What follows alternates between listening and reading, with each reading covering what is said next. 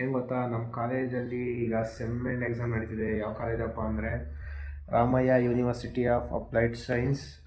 Exam already ಎಲ್ಲ last ಸ್ಟೇಜಲ್ಲಿ ಇದ್ದಾವೆ. 4 ಸಬ್ಜೆಕ್ಟ್ ಎಕ್ಸಾಮ್ ಮುಗಿದಿದೆ, ಇನ್ನು 2 ಸಬ್ಜೆಕ್ಟು ಎಕ್ಸಾಮ್ ಇದೆ, ಪ್ಲಸ್ 3 ಸಬ್ಜೆಕ್ಟು ಲ್ಯಾಬ್ ಇದೆ. ಮಂಡೇ ಕನ್ನಡ ಎಕ್ಸಾಮ್ ಇದೆ. ಈಗ ಅದನ್ನ ಓದ್ಕೊಳಕ್ಕೆ 4 ದಿವಸ ರಜೆ ಕೊಟ್ಟವ್ರೆ. ಹೆಂಗಾಗಿದೆ ಅಂದರೆ, ಈಗ ಕನ್ನಡ ಓದಕ್ಕೆ ಕೂತ್ರೆ ಕನ್ನಡ ಈಸಿ ಇದೆ ಏನೋದದು, ಬೇರೆ ಸಬ್ಜೆಕ್ಟ್ ನೆಕ್ಸ್ಟ್ ಎಕ್ಸಾಮ್ ಇರೋದು ಓದೋಣ ಅಂತ ಬೇರೆ ಸಬ್ಜೆಕ್ಟ್ ಇಟ್ಕೊಳ್ಳೋದು. ತಿರ್ಗಿ ಆ ಸಬ್ಜೆಕ್ಟ್ ಓದಕ್ಕೆ ಬಂದರೆ ಫಸ್ಟು ಇವಾಗ ಇರೋ ಸಬ್ಜೆಕ್ಟ್ ಕನ್ನಡ ಓದೋಣ, ಆಮೇಲೆ ಮುಂದಕ್ಕೆ ಈ ಎಕ್ಸಾಮ್ಗೆ ಟೈಮ್ ಇದೆ. ಬರೀ ಈ ಥರ ಕನ್ಫ್ಯೂಷನ್. ಕನ್ನಡದಲ್ಲಿ ಏನು ಓದಬೇಕಂದ್ರೆ, ಈ ಆನ್ಸರ್ ದ ಫಾಲೋಯಿಂಗ್ ಅಂತ ಕ್ವಶನ್ ಕೊಟ್ಬಿಟ್ಟು ನಿಮ್ಮ ಹೆಸರೇನು, ನಿಮ್ಮ ಅಪ್ಪನ ಹೆಸರೇನು, ನಿಮ್ಮ ಕಾಲೇಜ್ ಎಲ್ಲಿದೆ, ಮತ್ತು ದಿಕ್ಕು ಉಪದಿಕ್ಕುಗಳು ಬರೀರಿ, ಮತ್ತು ಆಪೋಸಿಟ್ ವರ್ಡ್ಸ್ ಬರೀರಿ. ಈ ಕನ್ನಡದಲ್ಲಿ 1ರಿಂದ 100ವರೆಗೂ ನಂಬರ್ಸ್ ಬರೀರಿ. ಇಂಗ್ಲೀಷಲ್ಲಿ ಸೆಂಟೆನ್ಸ್ ಕೊಟ್ಟು ಕನ್ನಡಕ್ಕೆ ಟ್ರಾನ್ಸ್ಲೇಟ್ ಮಾಡಿರಿ.